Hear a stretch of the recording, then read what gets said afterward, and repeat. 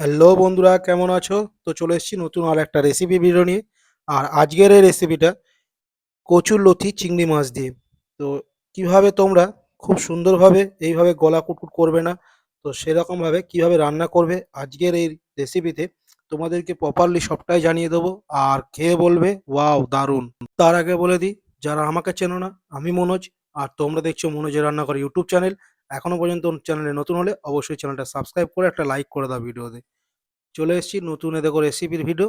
তো কচুরলতি, তো সেই জন্য কচুরলতি আমি এখানে রেডি করে নিয়েছি। আর কিভাবে তোমরা কাটবে তোমাদেরকে সেটা ভালো করে দেখিয়ে দিচ্ছি। এই যে দেখো, এইভাবে সুন্দর করে কচুরলতিগুলো এক এক করে কাটতে হবে। আর অবশ্যই কচুরলতির সাইজটা একটু বড় বড়ই করে কাটতে হবে, কারণ না ছোট হলে ওটা ঘ্যাঁট হয়ে যাবে। তো সেই জন্য তোমাদেরকে দেখিয়ে দিচ্ছি। দেখো, এইভাবে কচুরলতিগুলোকে সুন্দর করে প্রথমে ছাড়িয়ে নিতে হবে। যদি এটা থেকে যায় তাহলে গলা কুটকুট করার সম্ভাবনা থাকবে। আর অবশ্যই যখন তোমরা কচুলতিটা ছাড়াবে তখন হাতের মধ্যে একটু সর্ষের তেল লাগিয়ে নেবে। আর যে জিনিসটা দিয়ে কাটবে, তোমরা যদি বঁটিতে কাটো তাহলে বঁটি বা ছুরি, তার মধ্যে অল্প সামান্য একটু তেল বুলিয়ে দেবে, কারণ নইলে কালো হয়ে যাবে। তো আমার এখানে দেখতে পাচ্ছ কাটা কমপ্লিট হয়ে গেছে, এই যে।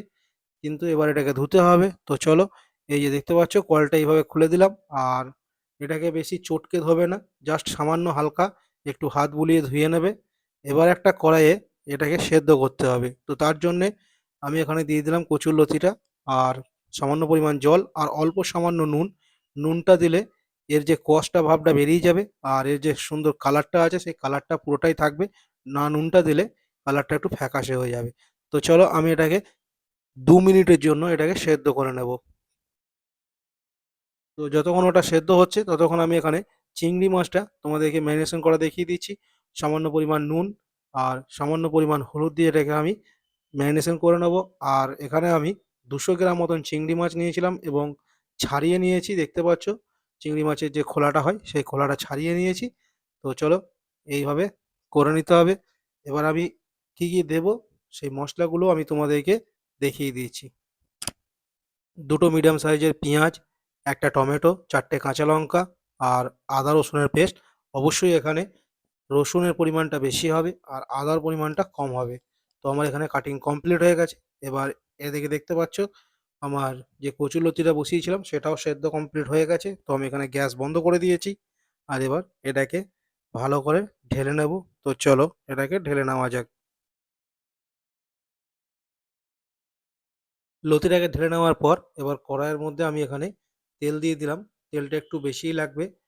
তো দেখতে পাচ্ছ তেল দিয়ে দিয়েছি। এবার তেল গরম হয়ে গেলে আমি এখানে যে চিংড়ি মাছগুলো ম্যারিনেশন করা ছিল, তো সেই চিংড়ি মাছগুলোকে একটু হালকা করে নেড়ে চেড়ে ভেজে নেব। আর এখানে একটা কথা বলে রাখি, অবশ্যই চিংড়ি মাছটা হালকা ভাজবেন, বেশি ভাজবেন না। বেশি ভাজলে এটা দড়ি টাইপের বা স্টিফ হয়ে যাবে খুব প্রচণ্ড। তো তাই হালকা হালকা করে ভাজবেন। একটু ভালোভাবে এপিট ওপিট একটু জাস্ট সেকে নেওয়ার মতন ভেজে নেবেন, কোনো রকমে নর্মালভাবে। এইরকমভাবে একটু ভালোভাবে নেড়েচেড়ে নেওয়ার পর আমার দেখতে পাচ্ছেন এখানে ভাজা কমপ্লিট হয়ে গেছে চিংড়ি মাছটা। তো এখানে আমি চিংড়ি মাছগুলোকে একটা জায়গার মধ্যে আবার তুলে নেব।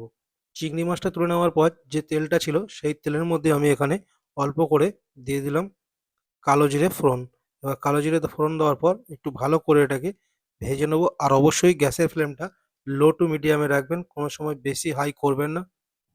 এবার একটু নেড়েচেড়ে দেখতে পাচ্ছেন এখানে আমি যে কেটে রেখেছিলাম পেঁয়াজটা, তো সেই পেঁয়াজটা আমি এখানে পুরোটা দিয়ে দিলাম। এবার পেঁয়াজটা দিয়ে আমি একটু ভালো করে নেড়েচেড়ে পেঁয়াজটাকে ভেজে নেব।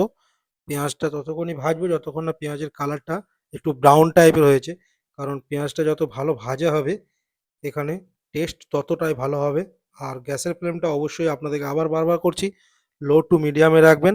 আর এইভাবে সুন্দর করে কন্টিনিউয়াস নাড়তে থাকবেন যাতে পেঁয়াজটা পুড়ে না যায়, সেটা অবশ্যই সেদিকে খেয়াল রাখবেন। এখানে পেঁয়াজ আমার ভাজা কমপ্লিট হয়ে গেছে। তো এবার এর মধ্যে দিয়ে দিলাম যে লঙ্কাটা কেটে রেখেছিলাম, কাঁচা লঙ্কা সেগুলোকে দিয়ে দিলাম। আর এখানে দিয়ে দিলাম কেটে রাখা টমেটোটা। এবার কাঁচা লঙ্কা, টমেটো আর পেঁয়াজটাকে একটু ভালো করে আবার নেড়ে চেড়ে ভেজে নিতে হবে। একটু ভালো করেই ভাজতে হবে। অবশ্যই দেখতে পাচ্ছেন এরকমভাবে মিনিট দেড় দুয়েক মতন এটাকে আবার ভালো করে লো হিটে ভাজতে হবে।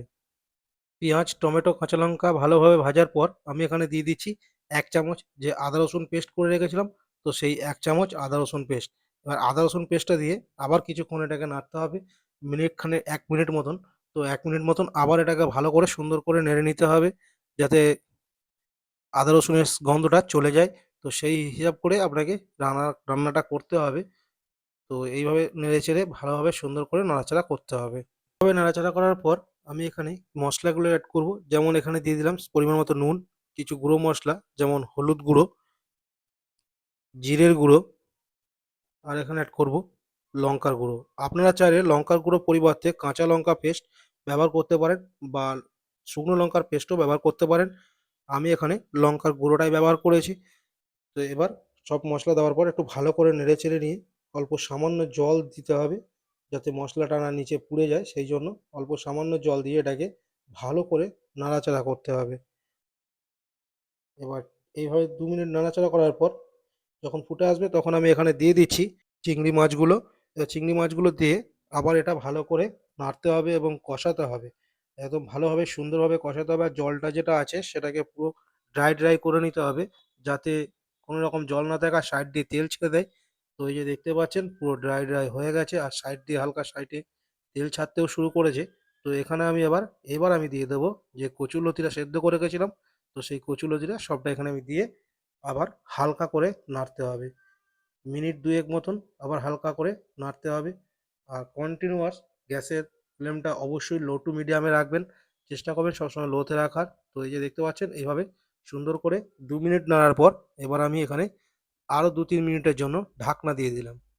তো ফাইনালি আমি ৩ মিনিট পর ঢাকনাটা খুললাম। এই যে দেখতে পাচ্ছেন সাইড দিয়ে অল্প সামান্য জল ছেড়েছে, আর সেদ্ধ তো আগে থেকেই কমপ্লিট হয়ে গেছে। কত সুন্দর একটা হয়েছে দেখুন। একদম পুরো দেখতেই বুঝতে পারছেন কত সুন্দর। তো চলুন এবার এখানে অ্যাড করব যে সিক্রেট মশলা, যার জন্য আমাদের গলা কুটকুট করবে না। তো সেটা হচ্ছে তেঁতুল গোলা জল। আমি এখানে সামান্য তেঁতুল গোলা জল এর মধ্যে অ্যাড করে দিলাম, এবং অ্যাড করে দেওয়ার পর এবার এটাকে ভালো করে একটু হালকা নেড়েচেড়ে নিয়ে আবার এটাকে পুরো শুকনো করতে হবে। তো তার জন্য আমাকে আবার এটাকে একটু ঢাকনা দিয়ে কিছুক্ষণের জন্য আবার রাখতে হবে। ফাইনালি ২ মিনিট ঢাকনা দিয়ে রাখার পর এই যে দেখতে পাচ্ছেন পুরো জল শুকিয়ে গেছে, আর কত সুন্দর কালারটাও হয়ে গেছে। তো আর গলা কুটকুটও করবে না অবশ্যই। দেখতে পেলেন আজকের এই রেসিপিটা। এবার এখানে এবার এখানে দিয়ে দিচ্ছি অল্প সামান্য পরিমাণ গরম মশলার গুঁড়ো, টেস্টটা খুব সুন্দর আসার জন্য। আর টেস্টটাকে ব্যালেন্সে আনার জন্য আমি এখানে দিয়ে দিচ্ছি সামান্য পরিমাণ চিনি। এটা অপশনাল, আপনারা চাইলে দিতেও পারেন, নাও দিতে পারেন। আমি এখানে মিষ্টির ব্যালেন্সটা করার জন্য হালকা সামান্য দিয়ে দিলাম চিনি। তো এবার কিছুক্ষণ এটাকে আর একটু জাস্ট হালকা করে নেড়েচেড়ে নিতে হবে। নেড়েচেড়ে নেওয়ার পর এই যে দেখতে পাচ্ছেন আমার এটা কমপ্লিট হয়ে গেছে। তো ফাইনালি আমার কমপ্লিট রান্না। আজকে এর মতন এই পর্যন্তই ছিল ভিডিওটা। যদি ভালো লেগে থাকে তাহলে অবশ্যই চ্যানেলে নতুন হলে চ্যানেলটা সাবস্ক্রাইব করে দেবেন। আর ভিডিওটা কেমন লাগলো আপনাদের অবশ্যই ভিডিওতে একটা লাইক করবেন, কমেন্ট করবেন। আর চ্যানেলে নতুন হলে চ্যানেলটা সাবস্ক্রাইব করবেন, আর ভিডিওগুলো অবশ্যই বেশি করে শেয়ার করবেন। আর কমেন্টে জানাবেন আপনি ভিডিওটা কোথা থেকে দেখছেন আর আপনার ভিডিওটা কেমন লাগলো। এরকমই নতুন রেসিপির ভিডিও নিয়ে আবার আসবো। যদি এর নিরামিষ ভিডিওটা চান তাহলে অবশ্যই কমেন্ট করে জানান। তাহলে আমি নিরামিষ যে কচুলতি রেসিপি সেটা আবার নিয়ে আসতে পারবো আপনাদের সামনে। ততক্ষণের জন্য সবাই ভালো থাকবেন, সুস্থ থাকবেন, নিজের খেয়াল রাখবেন আর খেতে থাকবেন।